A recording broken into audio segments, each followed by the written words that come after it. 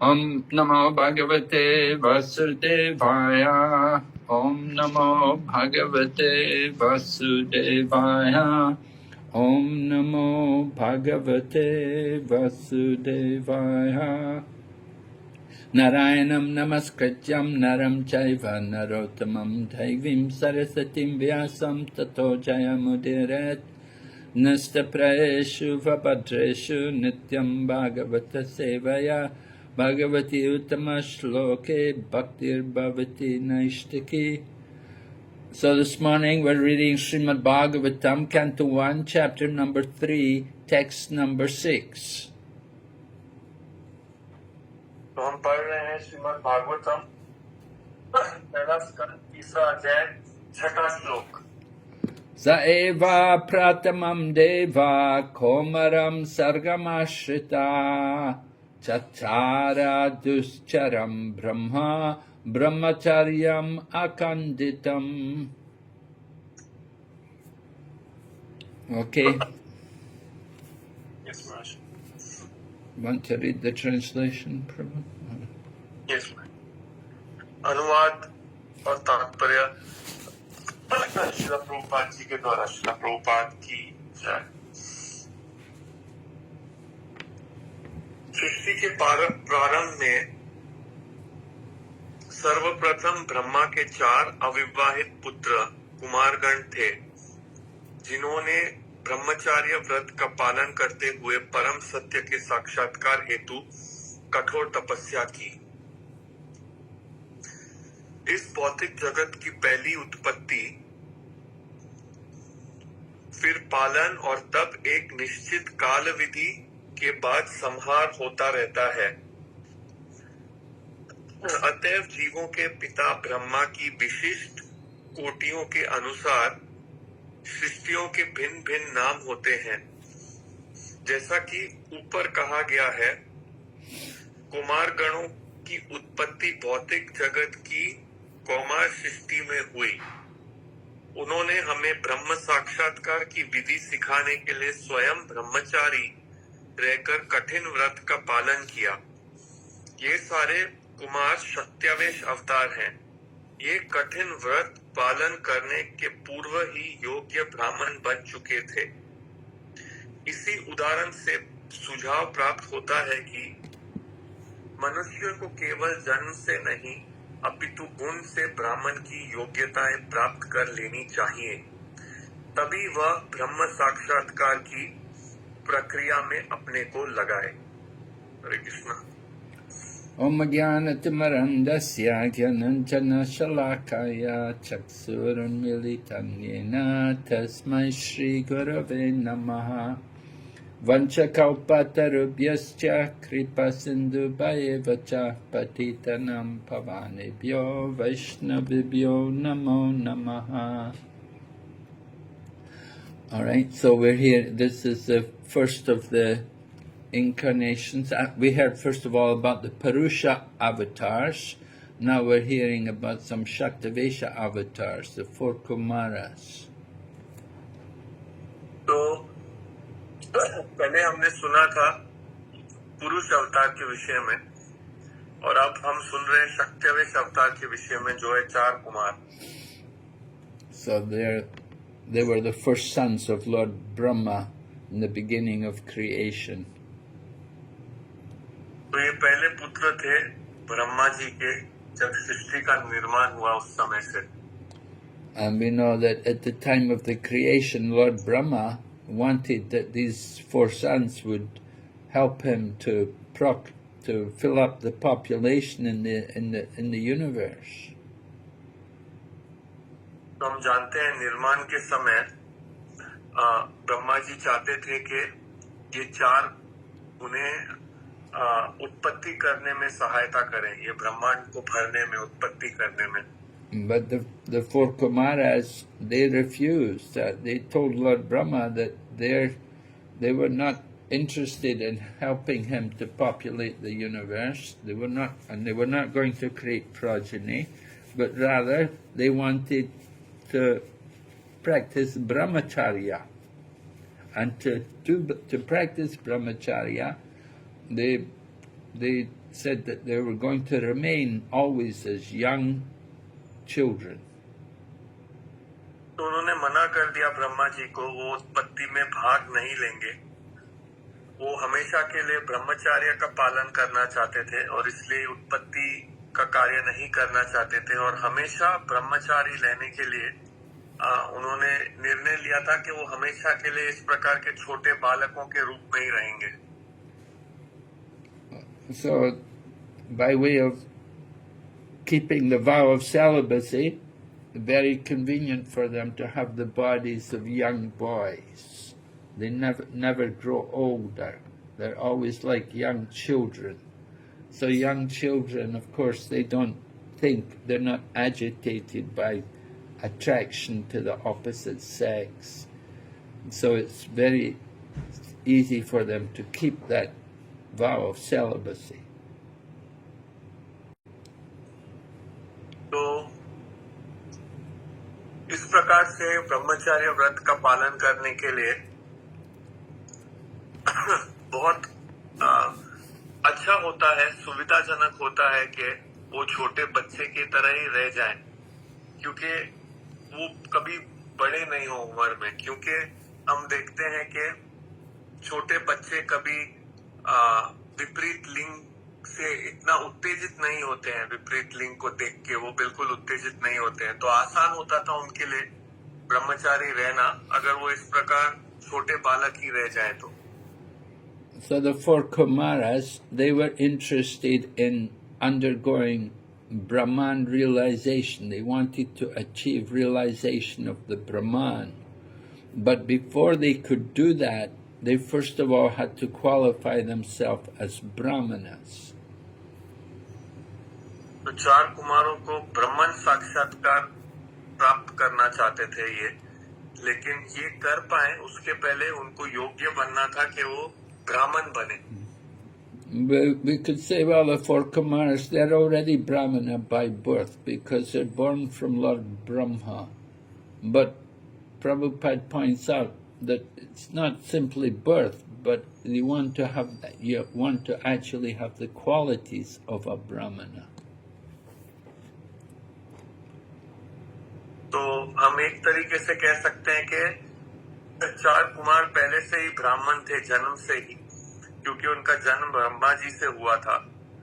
लेकिन प्रभुपाद जी तात्पर्य में बताते हैं कि ऐसा सही नहीं है सोचना, क्योंकि केवल जन्म से ही कोई ब्राह्मण नहीं होता है, उसको ब्राह्मण के गुण भी प्राप्त करने होते हैं। So, in the 18th chapter of the Bhagavad Gita, Lord Krishna has listed the qualities of each of the four varnas, each of the four ashrams, varnas, right? Brahman, Kshatriya, Vaishya, Sudra. So the qualities of the Brahmana are listed in the 18th chapter, text 42.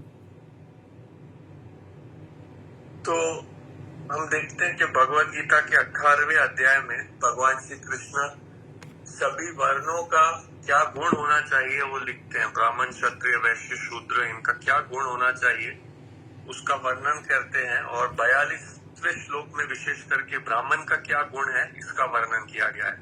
And in the 4th chapter of Bhagavad Gita, earlier in the 4th chapter of Bhagavad Gita, Lord Krishna has explained that he created the 4 divisions of society. और चौथे अध्याय में विशेष करके भगवान ने वर्णन किया है कि ये जो 4 प्रकार के वर्ण हैं और 4 आश्रम हैं, इनका निर्माण भगवान ने स्वयं किया है। Yeah, the verse says, Chatur Varnam Maya Shrishtam Gunakarma Vibhagasha. So, Chatur Varnam, the 4 Varnas, Maya Shrishtam. The Lord said, Lord Krishna said, I have created it. It's my creation. तो श्लोक इस प्रकार है, चतुर्वर्णम माया सृष्टम। तो भगवान श्री कृष्ण कहते हैं कि चातुर्वर्णम मतलब कि ये 4 वर्ण मया सृष्टम मतलब मैंने इनका निर्माण किया है. And then he says, Guna Karma Vibhagasha. He said, I've created these divisions according to guna, according to quality, and karma, work. So by quality and one's work, one's actions, we can understand what particular varna a person belongs to. और फिर वो कहते हैं गुण कर्म विभागशा. तो उसके कार्यों के क्या गुण हैं, किस प्रकार के कार्य वो करता है, वो निर्भर करता है, वो तय करता है वो कौन से वर्ण में है. So the qualities of the Brahmana are the most exhaustive. There are 9 qualities. It's much more than the qualities of a Kshatriya or a Vaishya or a Sudra. तो ब्राह्मण के जो गुण हैं वो और वर्णों से अधिक हैं क्षत्रिय से. तो उनके 9 गुण होने चाहिए, ये वर्णन किया गया है. Right. People often claim Brahmanhood by birthright, but Krishna didn't say by birth. He didn't say by birth you can be a Brahmin. He said by guna and karma. You have to have the qualities, and you have to work in that mode of a Brahmana, which is meant to be in the mode of goodness. तो लोग आमतौर पे ब्राह्मणत्व स्वीकार करते हैं केवल उनके जन्म के आधार पर, परंतु भगवान श्री कृष्ण ये नहीं कह रहे हैं. वो कह रहे हैं उनमें वो ब्राह्मण के गुण होने चाहिए, और केवल गुण ही नहीं, गुण के साथ साथ वो ब्राह्मण जो कार्य करता है उसमें भी लगे होने चाहिए. So the 9 qualities listed, first of all, there's samodamastapasocham. Sama means peacefulness. A Brahmana should be peaceful. तो 9 गुण का वर्णन इस प्रकार है, समा दमा तपो शौचम. तो समा का अर्थ है ब्राह्मण जो है उसका मानसिक स्थिति शांति होनी चाहिए उसको. And then dhamma, self-control. We should have control over our senses and mind. और फिर दमा का अर्थ है आत्मनियंत्रण. हमें अपने मन पे और इंद्रिय पर नियंत्रण होना चाहिए. Then tapa, austerity is also required. फिर तप, उनको तपस्या करनी चाहिए. Right. And in the Kali Yuga, austerity is to get people to be vegetarian and to not have illicit sex and to give up intoxication and gambling. This is tapasya for people in the Kali Yuga. तो कलयुग में विशेष करके तप है. पहले तो हमें लोगों को चाहिए कि वो शाकाहारी रहें, उसके बाद अवैध स्त्री संग में नहीं लगे रहें, जुआ नशा इत्यादि में भी नहीं लगे रहें. And then socham meaning cleanliness, purity means we should be clean both inside and outside. शौचम इसका मतलब है हमें साफ होना चाहिए. साफ अर्थात बाहरी रूप से भी साफ और अंदरी रूप से भी साफ. It's one of the important qualities of a Brahmana, to be pure and clean in their habits. ये एक बहुत महत्वपूर्ण गुण है ब्राह्मण का. वो अपने जो भी उनकी आदतें हैं उसमें वो शुद्ध और साफ होता है. Prabhupada used to say, Brahmana cannot see a place dirty. If somewhere is dirty, he must clean it. He cannot just leave it dirty. Prabhupada ji कहा करते थे, एक ब्राह्मण कोई भी स्थान को गंदा नहीं देख सकता. अगर कोई स्थान में गंदगी है वो वहाँ चुप नहीं बैठ पाएगा, वो उसे उठा के साफ कर देगा. So Prabhupada, as a young man, he was a chemist, and he related the action of a Brahmana to a chemical reaction. He said, just like when you bring a base in contact with an acid, you'll get a reaction. It will produce salt and water. तो प्रभुपाद जी हम देखते हैं कि वो जो कार्य करते थे वो रसायनज्ञ का कार्य उनका था, वो किया करते थे। और प्रभुपाद जी उदाहरण के तौर पर बोलते हैं कि अगर हम एक दो चीजें लेंगे, एक मूल आधारित वस्तु और अगर हम एसिड लेंगे, तो अगर हम इन दोनों को मिलाएंगे तो हमारा निर्माण बनेगा नमक और पानी। Yes. It says the same way a brahmana contacts a dirty place. They have to clean it. They cannot leave it and say, oh, I never made the mess. If a place is dirty, they have to clean it. उसी प्रकार से अगर ब्राह्मणा एक गंदे स्थान के संपर्क में आएगा तो नतीजा होगा कि उस स्थान को वो साफ कर देगा। वो ऐसे नहीं कहेगा, ओ मैंने इसको गंदा नहीं किया तो मैं कुछ नहीं करूंगा। And then next is Shantir Arjavam Evacha. So Shanti means tolerance. A brahmana should be tolerant. फिर है शांतिर आर्जवम एवचा। शांतिर मतलब जो ब्राह्मण है वो सहिष्णु होता है, वो सहता है चीजों को। Right, we have to tolerate the heat and the cold. A brahmana is meant to be able to tolerate difficulties when they come. तो ब्राह्मणा को सहिष्णु रहना है, उसे झेलना है, सर्दी हो या गर्मी हो।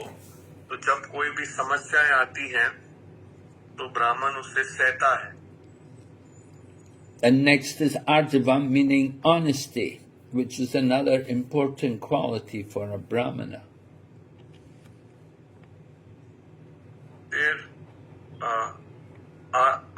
Maharaj, can you say the last part again? Sorry.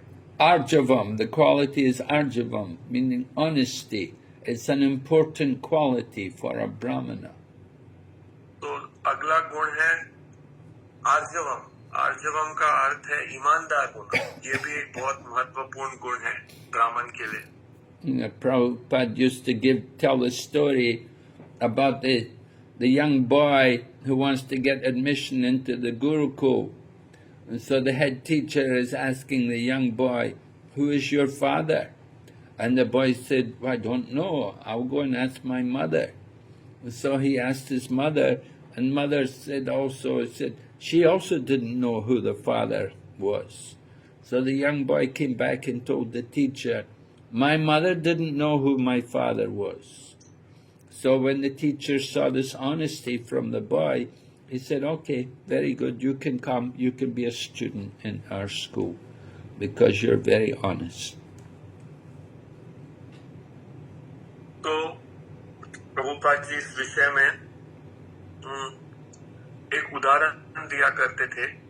एक बच्चा है, वो गुरुकुल में भर्ती होना चाहता था। तो गुरुकुल में उनको पूछा गया बच्चे को कि जाके पता करके आओ तुम्हारा पिता कौन है। तो बच्चा बोला मुझे नहीं पता, मैं अपनी माँ से पूछ कर आऊंगा। तो अपनी माँ से पूछने गया कि मेरा पिता कौन है। तो माँ ने कहा मुझे भी पता नहीं है तुम्हारा पिता कौन है।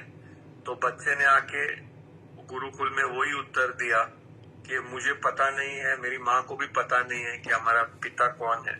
तो उसको गुरुकुल में फिर उन्होंने कहा कि ठीक है आ जाओ, तुम यहाँ पर भर्ती ले सकते हो क्योंकि तुम ईमानदार हो। तुमने ईमानदारी से सही उत्तर बताया। Of course, we know in Kali Yuga it's very difficult for people to be honest. They're very hard, very easy. We're all accustomed to lying and cheating and everything. But a brahmana by nature must be very honest. तो बेशक हम जानते हैं कि कलयुग में ईमानदार रहना बहुत कठिन है।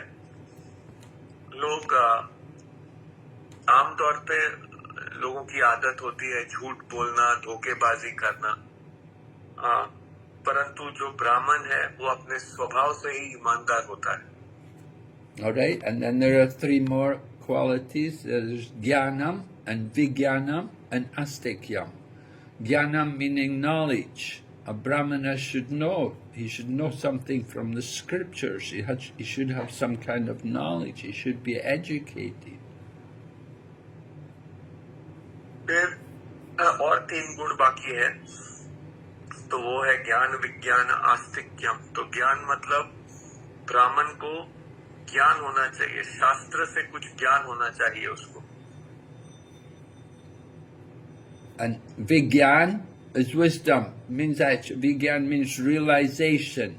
He doesn't just only know things, but he can apply them also. He knows how to use the knowledge. तो विज्ञान का अर्थ है साक्षात्कार.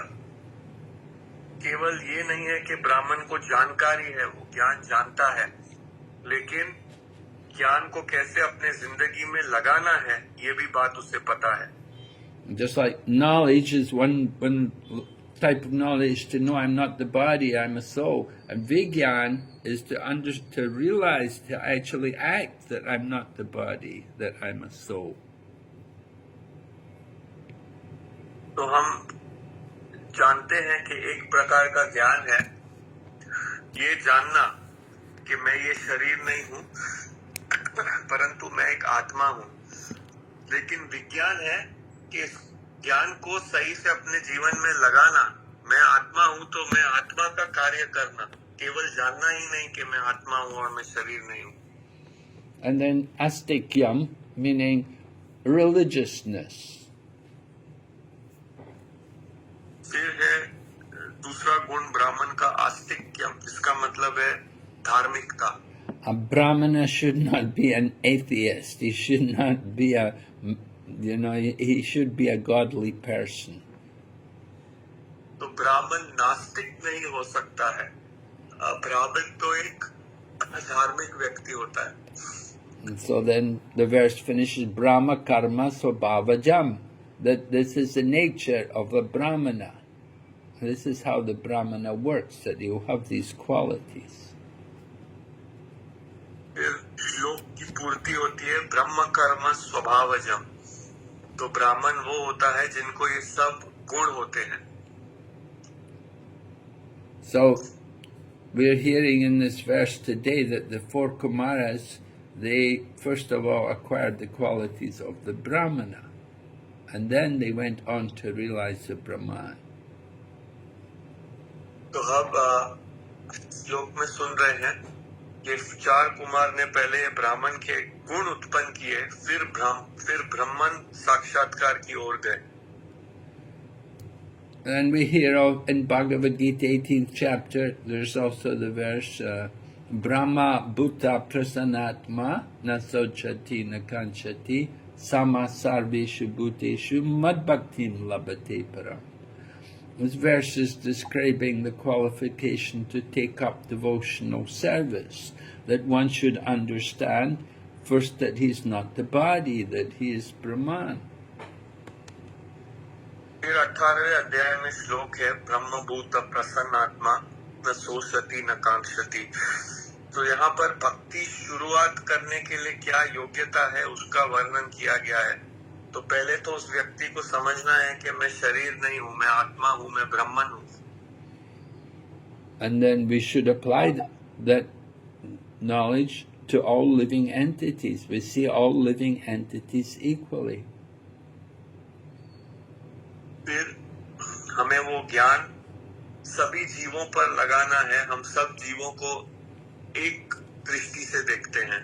And then nasochati nakanchati, we don't hanker and lament. In other words, we give up material desires.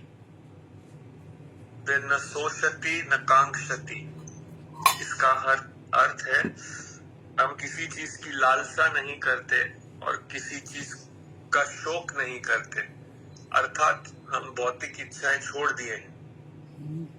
And then we can take up devotional service. With that kind of understanding, then we're qualified to take up Bhakti Yoga. फिर हम भक्ति योग में भाग ले सकते हैं, भक्ति कर सकते हैं, इस प्रकार के गुण विकसित करने के बाद। And so you can see how the four Kumaras, they were interested only in Brahman realization. They're Brahmagyanis. And they went on, ultimately, of course, they went on to become devotees, but initially their interest was in Brahman realization. तो इस प्रकार हम देख सकते हैं पहले चार कुमारों की रुचि थी ब्रह्मन साक्षात्कार में। बेशक आगे जाके वो भक्त बने, लेकिन पहली उनकी रुचि थी ब्रह्मन साक्षात्कार करने में। In the Brihad Bhagavatamrita, it describes how the four Kumaras reside in Tapaloka, one of the upper planets at the very top of the universe, just below Satyaloka, just below the planet of Lord Brahma. तो बृहद भागवतामृत में वर्णन किया गया है कि किस प्रकार चार कुमारों का निवास स्थान था तपलोक, जो सत्यलोक के नीचे है बिल्कुल, जो ब्रह्मा जी का निवास स्थान है। And the four Kumaras there engaged in meditation there. Everyone in Tapaloka, they're all engaged in, they're all absorbed in samadhi and trance, meditating on the Supreme. तो जो चार कुमार हैं वहाँ पर वो हमेशा ध्यान में लगे हुए हैं, समाधि में हैं, परम पुरुषोत्तम भगवान पर ध्यान कर रहे हैं।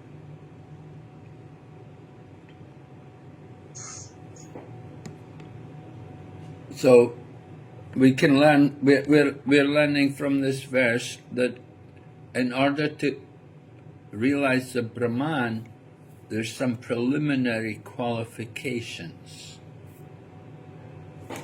तो हम इस श्लोक से समझते हैं ब्रह्मन साक्षात्कार करने के लिए कुछ पहले से कुछ गुण होने चाहिए। Just like in Bhakti Yoga, you know, there's preliminary qualifications. You have to follow 4 regulative principles.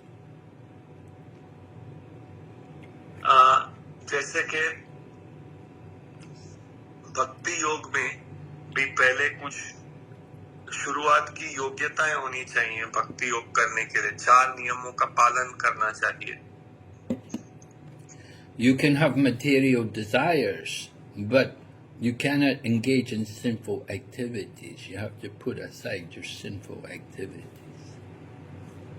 तो आपकी भौतिक इच्छाएं हो सकती हैं, लेकिन आप पाप के कार्य में नहीं लग सकते। पाप के कार्यों को आपको हटा के रखना होगा। So the 4 Kumaras, to realize the Brahman, they had to come to the quality of Brahman. Not only did they practice the qualities of the Brahmana, but they also practiced brahmacharya, that they were very strict in celibacy. ये 4 कुमार हैं, ये ब्राह्मण के गुण विकसित कर रहे थे और केवल ये ब्राह्मण के गुण ही नहीं विकसित कर रहे थे, ये ब्रह्मचार्य का भी पालन कर रहे थे। ये बहुत गंभीर थे ब्रह्मचार्य के पालन में। So you can see that in Bhakti Yoga allows people to be engaged in family life and to have children. You're not required to practice that kind of celibacy as the 4 Kumaras. But you can practice Bhakti Yoga and you can achieve the highest level of realization. You can realize higher than Brahman. You can realize the Supreme Lord as Bhagavan. तो भक्ति योग में हम देखते हैं कि हमको अनुमति दी गई है, हम गृहस्थ होके परिवार में रह सकते हैं, बच्चों का उत्पत्ति कर सकते हैं, और फिर भी जो सबसे सर्वश्रेष्ठ साक्षात्कार है भगवान का, उसको प्राप्त कर सकते हैं। तो जिस प्रकार 4 कुमार गंभीर ब्रह्मचारी थे, उस प्रकार की जरूरत नहीं है। हम बच्चों की उत्पत्ति कर सकते हैं और साथ में सबसे उत्तम साक्षात्कार भगवान का भक्ति योग के माध्यम से प्राप्त कर सकते हैं। So we realize that we're not interested so much in Brahman realization. Brahman realization comes automatically if we realize Bhagavan. तो हमको रुचि नहीं है ब्रह्मन साक्षात्कार प्राप्त करने के लिए। ब्रह्मन साक्षात्कार स्वयं प्राप्त हो जाता है जब हम भगवान का साक्षात्कार कर लें। Just like one who's got $100, he's also got $50. He's also got $70. It's all there within the $100. तो जैसे अगर किसी के पास $100 है तो उसके पास $50 भी है, उसके पास $70 भी है, तो क्योंकि वो 50 और $70 $100 में पहले से ही उपस्थित है। So we don't have to worry about realizing Brahman. तो हमें चिंता नहीं करनी है कि क्या हमें ब्रह्मन साक्षात्कार होगा क्या। Okay, maybe we'll take some questions. ठीक है, अब हम कुछ प्रश्न लेंगे अगर आपको है तो। हरे कृष्णा महाराज, बहुत बहुत धन्यवाद। Wonderful class. तो आपने बहुत सुंदर तरीके से जैसे ब्राह्मण का गुण, जो भगवत गीता का भगवान का श्लोक, जो गुणकर्म विभाग श्लोक उल्लेख करते हुए ब्राह्मण का कई प्रकार के गुण बताए, जैसे अलग अलग, और एग्जाम्पल भी बताया। बहुत बहुत धन्यवाद। और आपने जैसे 3 प्रकार का जो रियलाइजेशन ब्रह्मन, परमात्मा और भगवान, वो भी आपने सुंदर तरीके से बताया। Thank you so much. साधु साधु साधु। और नंदकिशोर प्रभु, आपको अनुवाद के लिए भी बहुत बहुत धन्यवाद। किसी भक्त का कुछ प्रश्न है तो कृपया महाराज से पूछ सकते हैं। हरे कृष्णा महाराज। हरे Krishna. Hare Krishna Maharaj, please accept my humble obeisances. Hare Krishna Maharaj. Maharaj, I have a question. It's a very wonderful class, and the qualities of the Brahmanas are clearly explained. Particularly, I have given the reference of Bhagavad Gita 18.42. My question is, if suppose a true Vaishnava, which we understand is actually above Brahmana, as you also said. So now, suppose if we recognize a Vaishnava who is a true Vaishnava or real Vaishnava, so that person should have automatically these 9 qualities, right? That's what I understand. If these 9 qualities are not reflected through his character or through his behavior, so it means that person is not a real Vaishnava. Can we say like that, Maharaj? Hare Krishna? Yes, yes, I think so. I think that's correct, yes. I would say that is correct. But we have to have these qualities. तो प्रभु पूछ रहे हैं कि आपने 9 गुण ब्राह्मणों का वर्णन किया, तो यदि कोई वैष्णव है तो उसको भी ये 9 गुण होने चाहिए। तो क्या हम ये निष्कर्ष पर आ सकते हैं, क्या ये कह सकते हैं कि यदि किसी में ये 9 गुण नहीं है तो वो फिर वैष्णव नहीं है? अगर वो वैष्णव होगा तो उसमें भी ये 9 गुण दिखने चाहिए। तो क्या ये वाक्य सही है? तो महाराज कह रहे हैं हाँ ये सही है, आप ऐसा कह सकते हैं। Srila Prabhupada used to say that to be a Vaishnava is not a very easy thing. He said we are trying to become Vaishnavas. तो प्रभुपाद जी कहा करते थे कि वैष्णव हो जाना ये कोई साधारण चीज नहीं है, साधारण बात नहीं है। हम सब प्रयास कर रहे हैं वैष्णव बनने के लिए। So we should try to cultivate these Brahmanical qualities. They will certainly help us to be better devotees. तो हमको ये ब्राह्मण गुण विकसित करने चाहिए, ये हमारी सहायता करेगा अच्छे भक्त रहने के लिए।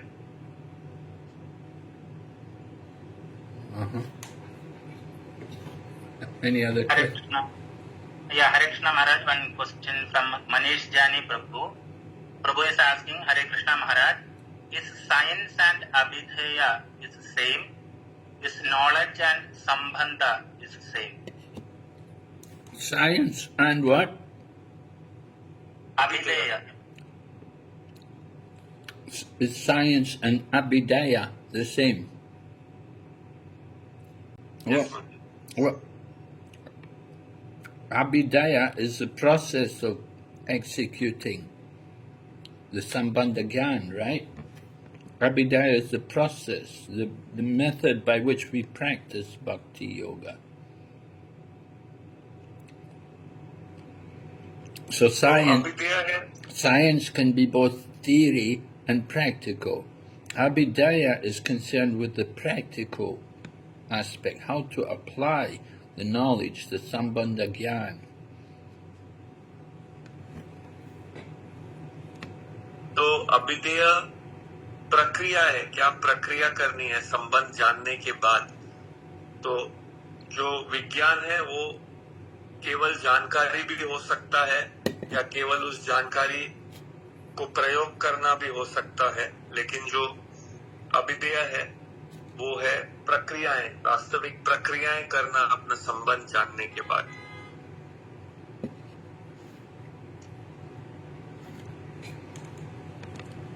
So you're asking me, is sambandha the same as science?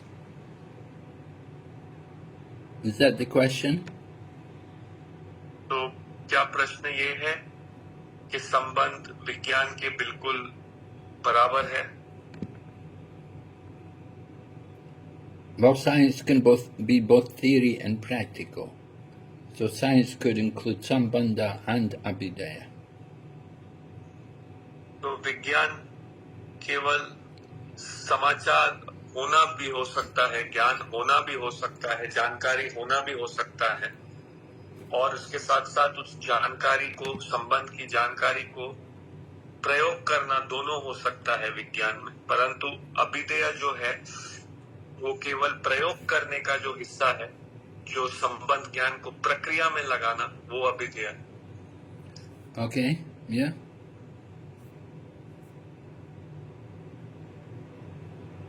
ठीक है. हरे कृष्णा महाराज, थैंक यू सो मच. तो लास्ट कॉल, कोई भक्त का कुछ प्रश्न है तो कृपया पूछ सकते हैं महाराज से. हरे कृष्णा. हरे कृष्णा. यस माता जी, please. Thank you, Maharaj, for a wonderful class. Maharaj, you spoke about the qualities of Brahmana, Jnana and Vijnana. So, like, as a very beginner, like, we might have Jnana on knowledge of a concept by hearing classes, but find it difficult to make it as Vijnana or applying or realizing that knowledge. So, what could we do to move more from Jnana to Vijnana? Thank you, Maharaj. Well, it's not like you want to move from Gyan to Vigyan, but we do want to utilize the knowledge which we have, right? Make use of what we know. And just in applying the knowledge it's not that we just want to know things, but we want to also apply them. तो प्रश्न ये है, माता जी पूछ रहे हैं कि महाराज आपने कहा कि हमको ज्ञान से विज्ञान की ओर जाना चाहिए. तो बहुत बार हम कथाएं सुनते हैं, हमारे पास जानकारी होती है, ज्ञान होता है, लेकिन उसको अपने जीवन में लगाने के लिए कठिनाई होती है. तो क्या करें कि ये जो ज्ञान हमने सुना है इसको आसानी से जीवन में उतार पाए? तो महाराज जी ने कहा कि हाँ, ऐसा नहीं है कि केवल आपको बस जानकारी इकट्ठा करनी है, केवल जानना है, नहीं, आपको ये स्तर पे भी आना है कि जो जानते हैं उसका प्रयोग भी करना है अपने जीवन में.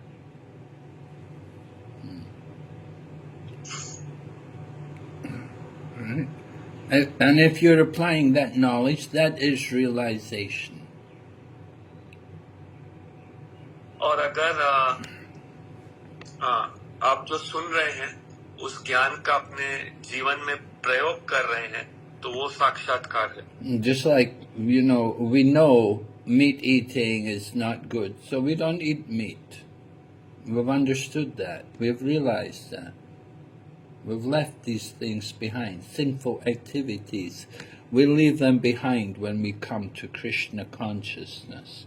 We know that these 4 things are they're not helping us, and we leave them behind. So we have that realization. तो जैसे हम जानते हैं मांस खाना अच्छी बात नहीं है, तो हम उसे छोड़ देते हैं। तो इस प्रकार से हम केवल जानते ही नहीं है, जानने के बाद उसको अपने जीवन में उतार रहे हैं, और ये साक्षात्कार कहलाता है। Of course, there's many other things to be realized. There's so much philosophy, so much knowledge, and we will realize it as we go on gradually, and we have to go step by step. तो बेशक बहुत चीजों का साक्षात्कार करना है, बहुत सारी ज्ञान जानकारी है हमारे पास, तो जैसे जैसे आगे बढ़ेंगे तो धीरे धीरे ये साक्षात्कार होते रहेंगे। Krishna says, to those who are constantly devoted to me and worship me with love, I give the understanding by which they may come to me. So Krishna gives us that realization, he gives us the knowledge, he helps us on the path back to Godhead. तो कृष्ण कहते हैं, जो मेरी प्रेम से भक्ति कर रहा है, मैं उसको बुद्धि देता हूँ कैसे वो मेरे पास वापस आ सकता है। तो जो भगवान की भक्ति में लगे हुए हैं, भगवान उनकी सहायता करते हैं वापस भगवत धाम जाने के लिए। Okay? Thank you, Maharaj. Hare Krishna. हरे कृष्णा महाराज, बहुत बहुत धन्यवाद। तो 7:30 हो गया, नंदकिशोर प्रभु को जाना भी है। तो महाराज, we will stop here, Maharaj. Yes. Is it okay, Maharaj? Yes, good. Okay. Thank you so much, Maharaj. His Holiness Vighna Narasimha Swami महाराज की जय।